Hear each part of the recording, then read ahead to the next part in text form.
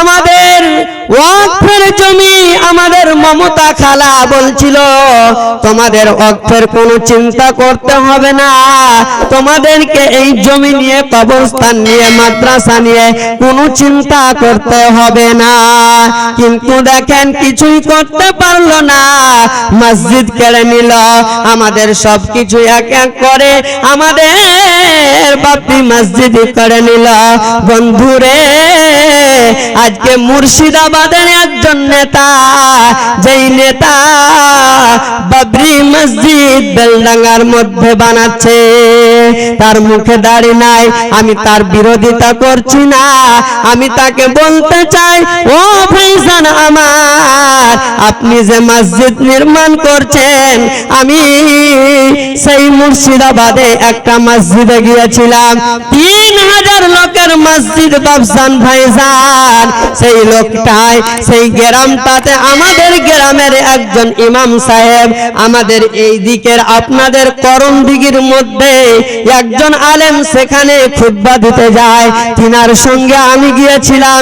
3000 লোকের মসজিদ, আমি 2 দিন ছিলাম সেখানে, 2 রাত 2 দিন ছিলাম। মাত্র ফজরের সময় মাত্র 10 থেকে 12টা মুসাল্লি, এত বড় মসজিদ। বন্ধুরে আল্লাহ তাআলা নবী বলছেন মান বানা লিল্লাহি মসজিদান বানাল্লাহু লাহু বাইতুন ফিল জান্নাহ, যে ব্যক্তিরা মসজিদ নির্মাণ করবে আল্লাহ তার জন্য একটা কি করবেন, জান্নাতের মধ্যে ঘর তৈরি করবেন। বলেন সুবহানাল্লাহ। অথচ বন্ধু আমার এই নেতা, এই রকম নেতা মসজিদ নির্মাণ করছে, আমাদের যেটা বাবরি মসজিদ সেটাকে কেড়ে নিয়েছে। এখানে যেই গ্রামে মসজিদ নির্মাণ করছে, এই মসজিদটা নির্মাণ করে সে কি বুঝাতে চায়, আমি বলতে চাই, আমার ক্ষুদ্র জ্ঞানে আমি বুঝাতে চাই, এটা কোনো উদ্দেশ্য নয়, এটা হচ্ছে তাদের রাজনীতির খেল। আজকে দেখেন মসজিদ যদি ওই বাবরি মসজিদ নাম দিয়ে যদি সেই জায়গায় বেলডাঙ্গার মধ্যে তার ডিস্ট্রিক্টে যদি মসজিদ নির্মাণ করত, একটা মসজিদ এমনিতেই নির্মাণ করত, অন্য কোনো নাম দিত, তাহলে আমাদের ওপরে কোনো জুলুম হতো না। উড়িষ্যার জমিনে, উড়িষ্যার মাঝে আজকে দেখেন মুর্শিদাবাদ বলার কারণে যে তোমরা কোথাকার বাসিন্দা বলো, তারা বলছে আমরা মুর্শিদাবাদের, তার জন্য ওখানকার কয়েকটা লোককে মারানো হয়েছে। বাবসান আমার, ভাইজান আমার, তাহলে এটা হচ্ছে কি, এটা একটা হিংসা তৈরি হয়ে যাবে। এই যে মসজিদ নির্মাণ করছে এতে কোনো লাভ হয় না, এতে কোনো লাভ হবে না। কেননা মসজিদ, অনেক মসজিদ আছে যে মসজিদ নির্মাণ করার জন্য আপনার মসজিদ নির্মাণ করে পড়ে রয়েছে, মসজিদে মুসাল্লি হচ্ছে না, আর সেই মসজিদ নির্মাণ করে আজকে ঝগড়া সৃষ্টি হবে। আমি বলতে চাই যে আমাদেরকে আল্লাহ তাআলার ভয় রাখতে হবে। যদি আমাদের ঈমান ঠিক থাকতো তাহলে আল্লাহ তাআলা আমাদের সাথে থাকতেন। আল্লাহ বলেন জাহারাল ফাসাদু ফিল বাররি ওয়াল বাহরি বিমা কাসাবাত আইদিন নাস। হে পৃথিবীর বান্দা বান্দিরা, তোমরা শুনে রাখো, শুনে রাখো, যদি তোমরা পৃথিবীর বুকে আমাকে স্মরণ করতে, আমাকে ভয় করতে, আমাকে আমার ইবাদত করতে, আমি তোমার জীবনে চলাফেরার জন্য সহজ করে দিতাম, তোমাদের মাঝে আমি এই ফিতনা ফাসাদ আমি সৃষ্টি করতাম না।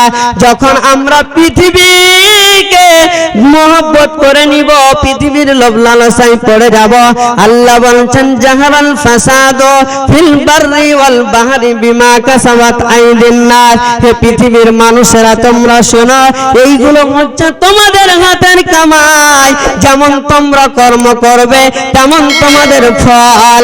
আজকে আমরা নামাজ ছেড়েছি, আজকে আমরা আল্লাহর ঘর ছেড়েছি, আল্লাহর মসজিদ ছেড়েছি, তার কারণে জালেম বাদশাকে দিয়ে আমাদের উপরে চাপিয়ে দেওয়া হয়েছে, আর আমাদের উপরে বিভিন্ন রকমের শাস্তি গজব নাজিল হচ্ছে।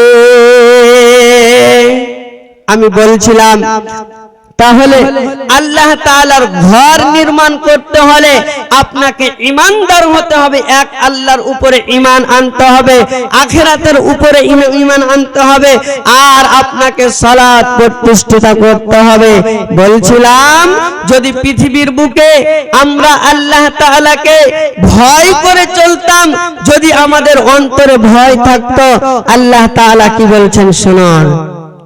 আল্লাহ তাআলা বলেন প্রত্যেকটা মানুষের জন্য যারা আমরা ঈমান এনেছি, আন আবি সাইয়্যিদুল খুদরি রাদিয়াল্লাহু তাআলা আনহু আনিন নবী সাল্লাল্লাহু আলাইহি ওয়াসাল্লাম ইয়াদখুলুনাল জান্নাতা মান কানা ফি কলবিহি মিসকালু হাব্বাহ মিন খারদালিন মিন ঈমান, যাদের ভিতরে সরিষা দানা পরিমাণ ঈমান আছে সেই লোকটা জান্নাতে যাবে। বন্ধু আমার, বাপজান আমার, ভাইজান রে আমার, ভালো করে শোনো। আমরা মুসলমান, আমরা আল্লাহর উপরে ঈমান এনেছি, আল্লাহকে এক বলে বিশ্বাস করেছি, এই ঈমানটা আছে, এর কারণে আমি নামাজ পড়ি না, রোজা রাখি না, হজ করি না, আল্লাহর ইবাদত করি না, তারপরেও আপনি কালেমা পড়েছেন, শাহাদাত পড়েছেন, এর কারণে আপনার ভিতরে ঈমান আছে বলে আপনাকে নামাজ পড়েননি, রোজা রাখেননি, আল্লাহর ইবাদত করেননি, তার কারণে আপনাকে আল্লাহ আপনাকে দীর্ঘদিন ধরে আপনাকে আল্লাহ কবরের মধ্যে, জাহান্নামের মধ্যে আপনাকে আযাব দিতে পারে। কিন্তু একদিন মিসকাল মিন খারদালিল মিন ঈমান, ওই সামান্য ঈমান থাকার কারণে আপনাকে আল্লাহ তাআলা জাহান্নামের শাস্তি দিয়ে দিয়ে দিয়ে আপনাকে জাহান্নাম থেকে বের করে একদিন জান্নাতের মধ্যে প্রবেশ করাবেন। বলেন সুবহানাল্লাহ।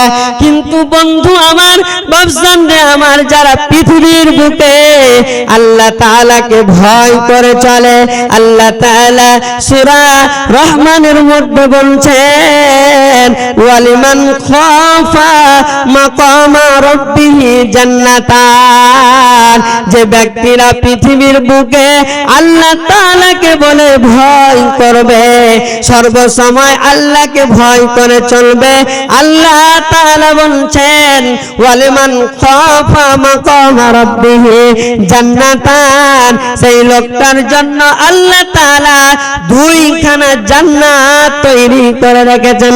বলেন সুবহানাল্লাহ।